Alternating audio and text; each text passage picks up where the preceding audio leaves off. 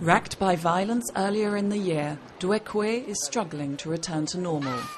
In this key cocoa-producing town in western Ivory Coast, post-election violence was intensified by inter-communal tensions and land rivalries. Since January, thousands of people have sought refuge in displaced persons camps.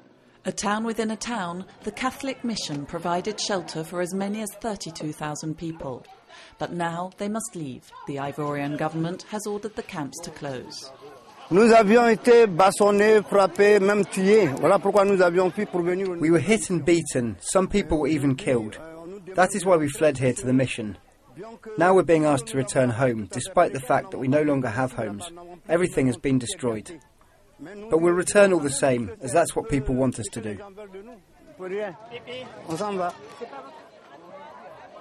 Before leaving, the camp's inhabitants received a kit of essential items.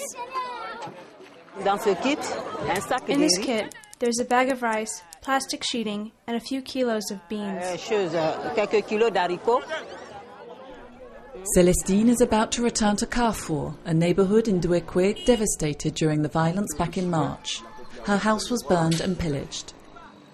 Although the situation seems to have settled, the new Camp Naïbli has been set up on the outskirts of the town for those still fearing for their safety. Security still needs to be improved, above all in the villages and the camps out by the fields. It's worse in the bush and plantations. That's where the trouble is, on the paths leading to the villages. It seems the towns aren't the problem.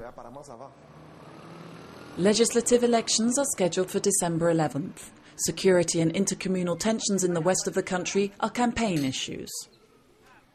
It's true that the politicians are already campaigning. They're out there visiting, but they can't engage the people. People have been traumatised. There were presidential elections in Ivory Coast and we've seen what happened. So the trauma is still there. The people saw what happened. They voted in masses and it ended in war. With the displaced population leaving, MSF has closed its health clinic at the Catholic mission. But teams continue to provide care at the hospital of Duekoué in the paediatrics, obstetrics and psychological services.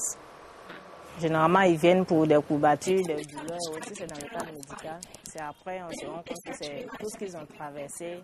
Ils revivent les scènes des morts, de la violence qu'ils ont vécue. The same is true in Duekoué, not far from the border with Liberia, where the hospital required extensive repair. The shock of violence, troubled mourning, and the lack of security is leading to psychological or even neurological disorders. Ce sont des syndromes dépressifs, modérés, quelquefois sévères. They are moderate or severe depressive syndromes. We also see signs of acute anxiety, which is sometimes chronic because certain patients are still trying to cope with the 2002 crisis.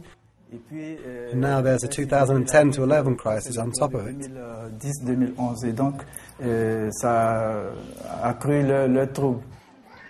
Despite the semblance of peace in western Ivory Coast, the wounds of the past are still raw. The time has come for reconstruction, and MSF continues to provide care to populations made vulnerable by the post-electoral conflict.